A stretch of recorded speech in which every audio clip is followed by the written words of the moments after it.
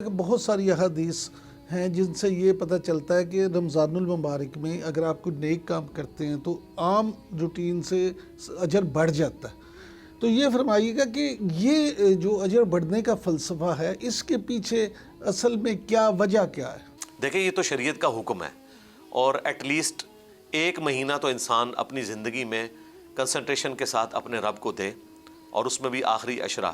تو یہ ترغیب دلائی گئی ہے، اللہ تعالیٰ کی طرف سے پیکیجز ہیں۔ اور ایک فائدہ اس مہینے کا یہ ہے کہ آپ سال کے بعد زکوٰۃ کیلکولیٹ کر سکتے ہیں۔ ویسے تو آپ سال میں کسی بھی وقت زکوٰۃ دے سکتے ہیں، لیکن کیلکولیشن کے لیے تو ایک مہینہ رکھنا ہے، اور وہ آپ نے لیونر رکھنا ہے، چاند کا، کیونکہ ہماری جو زکوٰۃ ہے وہ لیونر ایئرس کے اعتبار سے، سولر ایئرس کے اعتبار سے نہیں۔ آلموسٹ 36 سال کے بعد ایک سال کا فرق پڑ جائے گا۔ تو کیلکولیشن رمضان میں کریں، بھلے آپ رمضان سے پہلے نکال لیں، رمضان کے بعد نکالیں، وہ آپ کی اپنی مرضی ہے، ڈپینڈنگ اپون کہ جس کی ضرورت ہے اس وقت اس کو دی جائے، وہی ثواب زیادہ ہے۔ ہو سکتا ہے رمضان سے زیادہ آپ کو ثواب ملے اگر آپ ایک بندے کو شعبان میں دے دیں جب اس کی ضرورت ہے، بچے کی فیس اسکول کالج کی اس نے جمع کروانی ہے، یا آپ راشن ڈلوا کے دیتے ہیں۔ تو رمضان ایک اللہ تعالیٰ کی طرف سے خاص مہینہ ہے، سیلیبریٹ کیا جاتا ہے، ہر سال سیلیبریٹ ہوتا ہے قرآن پاک کی وجہ سے، اور اس اعتبار سے بھی کہ مسلمان اس میں روزہ رکھ کے دن کے وقت اپنے جسمانی وجود کو کمزور کرتے ہیں، اور رات کو اس کمزوری کے باوجود روحانی وجود کو مضبوط کرتے ہیں قرآن سن کے۔ رمضان المبارک ہمیں صبر، برداشت اور تحمل کا حکم دیتا ہے، لیکن عام طور پہ دیکھا گیا کہ ہمارے ہاں مذہبی مسائل جو ہیں وہ رمضان میں زیادہ بڑھ جاتے ہیں۔ اس کی کیا وجہ؟ اس کی وجہ یہ کہ رمضان کے سوا باقی مہینوں میں لوگ مذہب کو سیریس ہی نہیں لیتے، سوائے ربیع الاول کے چند دن یا محرم کے۔ ہم تو سیزنل مسلمان بن چکے ہیں۔ حالانکہ میں ٹی وی چینل سے کہتا ہوں کہ بھائی ہم تو فی سبیل اللہ بیٹھے ہوئے ہیں، جب چاہیں آپ پروگرام ریکارڈ کریں اور ہمارے لوگوں تک، پڑھے لکھے عوام تک دین کا پیغام پہنچائیں۔ تو یہ وجہ ہے، اسی وجہ سے باقی بحثیں بھی چھڑنا شروع ہو جاتی ہیں انہی مہینوں کے اندر۔ مختلف مکاتب فکر کے لوگ جو ہیں وہ لا کے میڈیا پہ بٹھائے جاتے ہیں، تو صرف رمضان کے مسائل ڈسکس نہیں ہوتے، وہ اپنے اختلافی موضوعات بھی چھیڑ لیتے ہیں، اور یوں سوشل میڈیا کے اوپر بھی بحثیں شروع ہو جاتی ہیں۔ یہ اس کے پیچھے ریزن ہے۔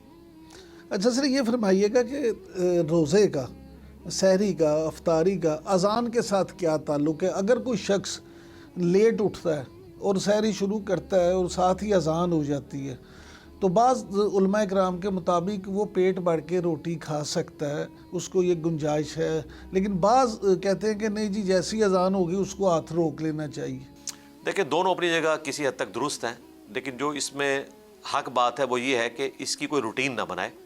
کبھی کبھار اگر کوئی شخص لیٹ اٹھا ہے، بشرطے کہ ختم سحری نہ ہوئی ہو، مثال کے طور پر ختم سحری ہو رہی ہے اگر 5:35 اور کوئی 5:25 پہ اٹھا صبح کے وقت اور کھانا شروع کیا، اب 5:35 سے بھی 2-4 منٹ اوپر ہو گئے، یا اذان شروع ہوگی، اور اذان بھی 5:35 کے پوائنٹ آف ویو سے ہونی چاہیے۔ یہ نہیں کہ اذان 5 منٹ پہلے شروع ہو جائے یا 10 منٹ بعد۔ اذان نماز فجر کے لیے ہوتی ہے، وہ ختم سحری کے لیے نہیں ہوتی۔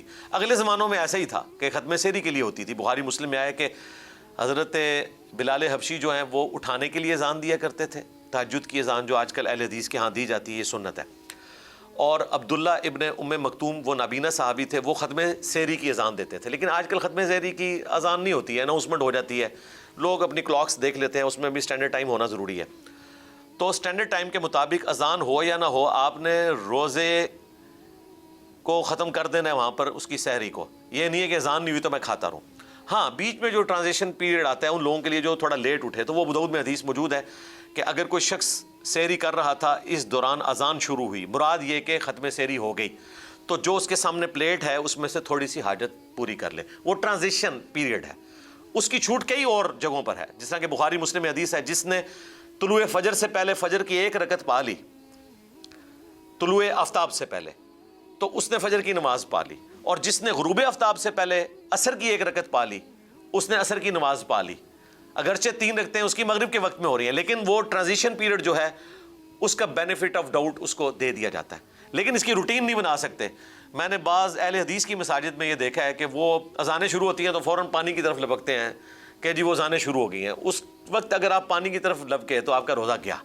آپ پہلے ہی اس کو کنکلوڈ کریں، یہ تو ایک خاص سچویشن میں آسانی تھی۔ یہ اسی طریقے سے ہے کہ ایک شخص جو ہے وہ لیٹ ہوا اور رکعت میں رکوع میں شامل ہوا تو اسے رکعت مل جائے گی، لیکن ایک شخص روٹین میں بیٹھا ہوا ہے کہ امام رکوع میں جائے تو میں شامل ہوں گا، اسے رکعت نہیں ملے گی۔ بالکل ٹھیک۔ اچھا سر یہ فرمائیے گا کہ رمضان المبارک میں خود کو قابو رکھنے کا کیا طریقہ ہے؟ زبان پہ قابو رکھیں، یہ سب سے ضروری چیز ہے۔ بخاری اور مسلم دونوں میں حدیث موجود ہے، حدیث قدسی ہے۔ نبی علیہ السلام کہتے ہیں کہ اللہ تعالیٰ فرماتا ہے کہ روزہ ڈھال ہے اور روزہ خاص میرے لیے ہے اور میں ہی اپنے بندے کو اس کی جزا دوں گا، اور ایک حدیث میں الفاظ ہے میں ہی اس کی جزا ہوں۔ روزہ دار کے لیے دو خوشیاں ہیں، ایک افطار کے وقت اور دوسرا جب وہ اپنے رب سے ملاقات کرے گا۔ یہ اسی حدیث کے اندر الفاظ ہیں اور یہ اللہ تعالیٰ کی طرف سے نبی علیہ السلام نے بیان کیا۔ اس میں آگے الفاظ ہیں کہ جب تم روزے کی حالت میں ہو تو فحش گوئی سے پرہیز کرو، اور اگر کوئی تم سے جھگڑا کرے تو بس اتنا کہہ دو کہ میں روزے سے ہوں، آگے اس کو آگے نہ لے کر چلو۔ تو یہ برداشت آپ کے اندر ہونی چاہیے۔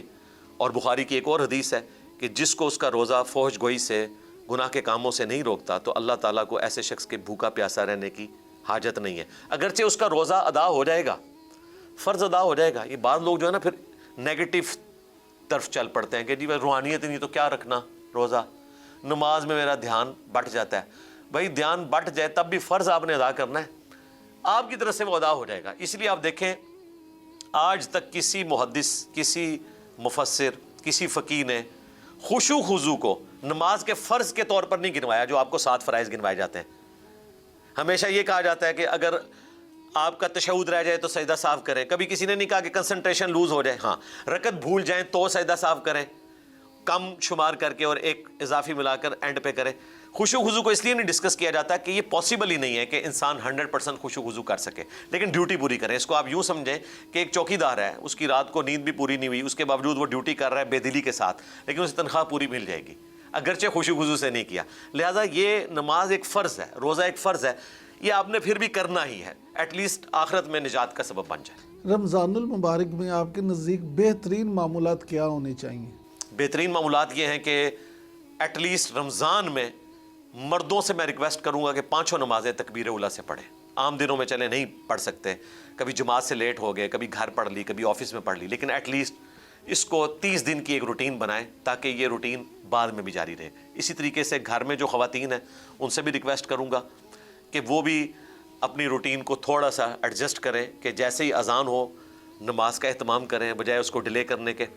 پلس اپنے بچوں کو بھی جو ایٹ لیسٹ 7 سے 10 سال کی رینج میں ہیں، کبھی کبھار ایک آدھ روزہ بیچ میں رکھوا دیں، کوئی 27ویں کا رکھوا دیا یا سٹارٹ والا روزہ رکھوا دیا تاکہ ان کی ہلکی ہلکی روٹین بننی شروع ہو۔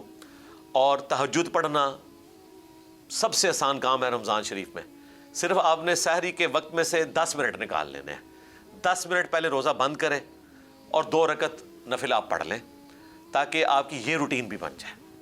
اور قرآن پاک کو ترجمے کے ساتھ رمضان مبارک میں پڑھنے کی کوشش کریں، عربی بھلے نہ بھی پڑھیں، اگر پڑھیں تو بہت اچھی بات ہے، لیکن اصل مقصد اس کا ترجمہ پڑھنا ہے۔ اور اس میں میں آپ کے پلیٹ فارم سے ریکمینڈ کروں گا، ہو سکے تو آپ مولانا مودودی رحمہ اللہ تعالیٰ کا جو ترجمہ ہے ایک جلد میں پرنٹ ہوا ہوا ہے الگ سے، اس میں ضروری حاشیے بھی لگے ہوئے ہیں، اور اس کا جو مقدمہ ہے وہ ضرور پڑھیں۔ وہ آج کل تو اینڈ پہ پرنٹ ہوا ہوا ہے، میں نے ان کو ریکویسٹ کی ہے کہ اسے شروع میں پرنٹ کریں۔ وہ 4-5 صفحوں کا مقدمہ ہے، تو آپ کو پتہ چلے گا کہ قرآن پاک کو آپ نے سمجھنا کیسے ہے۔ عام لوگ سمجھتے ہیں کہ یہ کتاب ہے ونس اپان اے ٹائم ایک چیپٹر ہوں گے، نہیں، اس کا سٹائل جو ہے وہ خطبے کا سٹائل ہے۔ ایک سورت ایک مکمل خطبہ ہے جس کا ایک سٹارٹ ہوتا ہے، اس میں ٹاپک ڈسکس ہوتا ہے، پھر کنکلوڈ ہوتا ہے۔ اس کو پڑھنے کے لیے وہ اگر آپ مقدمہ پڑھ لیں گے نا تو آپ کو سمجھ آ جائے گی، کیونکہ ہماری زبان میں نہیں ہے نا، تو اردو میں ٹرانسلیٹ مولانا مودودی نے اسی سوز و گداز کے ساتھ کیا ہے، با محاورہ ترجمہ کیا اور بڑے اچھے انداز کے اندر کیا ہے۔ کسی کا بھی پڑھ لیں، اگر پڑھنے میں تردد ہے تو فتح محمد جلندری صاحب کا ترجمہ معراج الدین خان کی آواز میں، جو پی ٹی وی میں بھی ان کی آواز بڑی پیاری ہے، اب تو وہ آلموسٹ 80 ایئرس کے ہو چکے ہیں، لیکن انہوں نے صدقہ جاریہ کمایا ہے۔ جب نواز شریف صاحب پہلی دفعہ پرائم منسٹر بنے تھے تو انہوں نے صوت القرآن چینل شروع کیا تھا، اس وقت ان کو بلایا گیا تھا، یہ خبریں پڑھتے تھے پی ٹی وی پہ۔